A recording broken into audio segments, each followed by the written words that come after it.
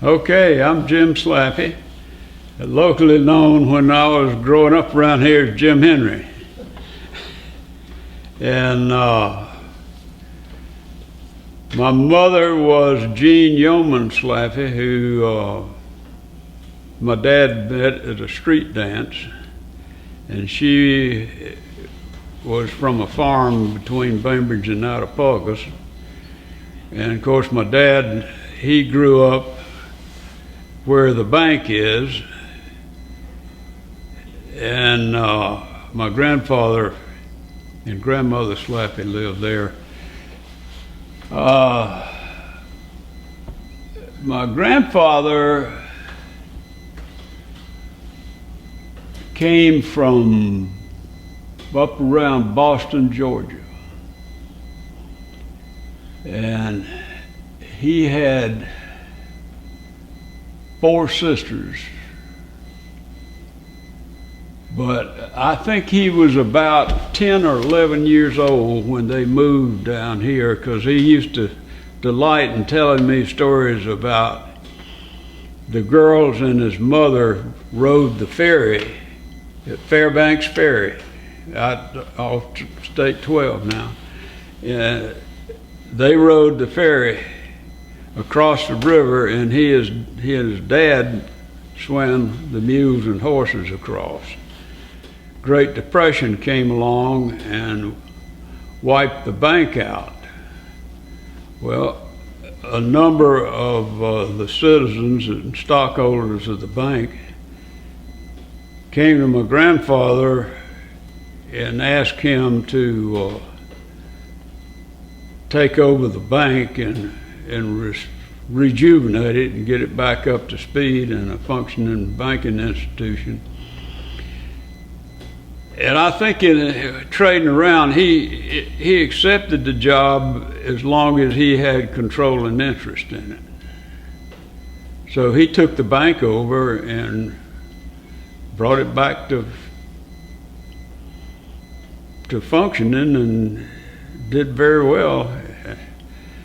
And then my dad, of course, followed in his footsteps and went in the bank, and the two of them for years ran the bank. And a little side note on women and their involvement in the community. My mother was a sharp gal. She went to Georgia State College for Women, and she was working in the clerk's office in Bainbridge in Decatur County when Dad married her. Well, Second World War came along, and I think my grandfather was probably in the legislature maybe about that time. Well, Dad went off to the Army Air Corps, and Mother wound up running the bank, and they also had a little insurance agency in there. So Mother ran the bank and ran the insurance agency and ran it very well. And I was born in 1938, so I was at the age where I could really be a problem to her. And my sister, Betty, was a year and a half younger than I was. And Mother had an old blanket that she would put in the corner of the bookkeeping room. And there was no such thing as daycare then. So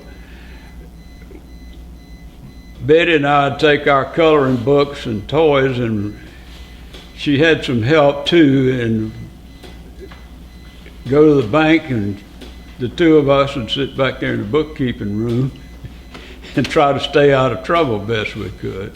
My dad was in the service about 3 years. That's great. Yeah. And after the war was over and he came home, and I remember that the railroad, was the primary method of transportation inside the United States, and most of the troop trains would come in and out of River Junction over around in the Chattahoochee area. And we went over to pick up Dad, and he had his sea bag and all, or well, I forget what the Air Force calls it. We sailors call it a sea bag, but with all his gear in it. And we picked him up there and brought him home. And my mother, she used to tell me in later years, she said, when your dad got home, he got settled in good, and I cooked his breakfast one morning, and I laid the keys to the bank there next to his plate, and I said, Henry, I'm going back to be a mother and a housewife. Ask me if you got any questions. So she stepped out of the banking business, but and you know, that was typical of the war years. So many wives and mothers stepped in and picked up the slack and picked it up very, very well.